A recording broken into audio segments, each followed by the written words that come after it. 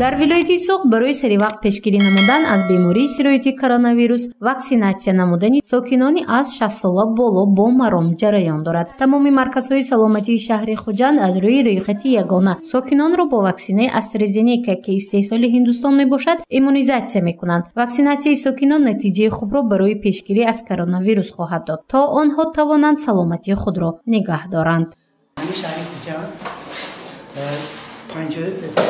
شخصیت روندم وکسیناسی اومدی یا کوی وکسیناسی برای سلامتی برای سلامتی خودم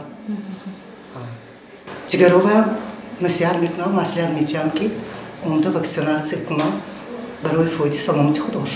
Фарие Расул аз субҳи барвақт ба маркази саломатии рақами 4-уми шаҳри Хуҷанд омад. Вай 62 сола аст. Аз ин рӯ тасмим гирифт ки аз ваксинатсия гузарад, то аз бемории сироятии коронавирус худро ҳифз намояд. Сабаби барвақт омадани вай ин ба ҳавои гарм нагирифтани ваксинатсия мебошад. Ин амали Фарие Расуловаро духтурон тавсия медиҳанд, зеро дар ин вақт организми инсон бо қувват аст ва хастагиву гармӣ мушоҳида намешавад. Вот пришла на прививку, чтобы не болеть. Первая вакцинация. Сейчас себя чувствую хорошо, слава Богу. Надеюсь, что все будет хорошо, даст Бог. маркази саломатии рақами 4-уми шаҳри Хуҷанд то имрӯз беш аз 2000 нафарро аз ваксинатсия гузаронд, ки бештари онҳо шахсони аз 60 сола боло мебошад. Аз рӯи нақшаи тасдиқ гардида ҳолати иҷрои ваксинатсия дар маркази саломатии рақами 4 85%-ро ташкил медиҳад. духтурон мегӯянд ки баъди гирифтани ваксина аз ҷониби сокинон оризаҳои вазнин ба қайд гирифта нашуд. Танҳо 2 ва ё 3 ҳолати баланд шудани ҳарорати бадан ба қайд гирифта шудааст, ки ин ҳолати муқаррарӣ баъди гирифтани ваксина ба ҳисоб меравад. марҳилаи аввал ҳозир марҳила ба марҳила аз 60 сола боло ҳозир мо фаро гирифт содем ба наздики яъне ки аз 18 сола боло яъне ки пурра мардумро ба ваксина фаро мегирад. Не ин ба маъное нест ки одам яъне ки ваксина гирад то дигар вай нашавад ба бемории коронавирус гирифтор нашавад. аз худи одам вобастагӣ дорад. агар ки қоидаи бехатарӣ яъне ки фосилаи иҷтимоӣ яъне ки пӯшидани ниқоб ин ба ҳамаи мардум тавсия дода мешавад, яъне ки ба бемории коронавирус гирифтор шаванам, яъне ки беаломат бесимптом, яъне ки бемориро ба яъне ки осонӣ тасисар мекунад. одамои калонсон бисёртар мебиёнд. ҳам ту саркарӣ саҳар кади якум ҳамун шаҳрвандои аз 60 боло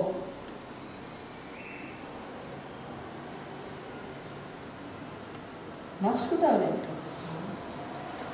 суфата панос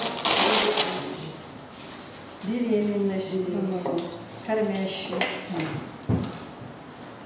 дар вилояти Суғд ваксина бар зидди коронавирус ройгон буда ҳар сокини кишвар бо хоҳиши худ аз он истифода менамоянд. мақомот барои саривақт пешгирӣ намудани бемории сироятии COVID-19 корҳои тарғиботиро ҷоннок кардааст, то сокинон аз ваксина гузаранд, зеро агар ягона роҳи пешгирӣ ин доштани ниқоби тиббӣ бошад, дигар ин ваксинатсия намудани аҳолӣ ба ҳисоб меравад.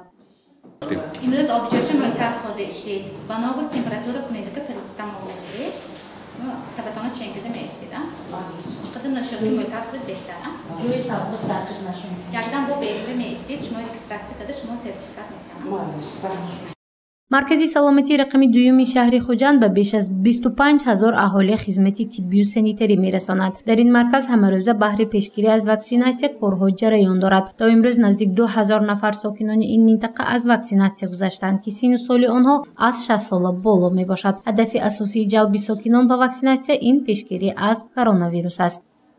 айни ҳол то ҳамин рӯз 1100 нафар шаҳрвандони аз синни 40 сола боло ба худи маркази саломатии рақами 2 шаҳри Хуҷанд омада ваксинатсия гирифта истодан оиди пешгирӣ кардани бемории COVID-19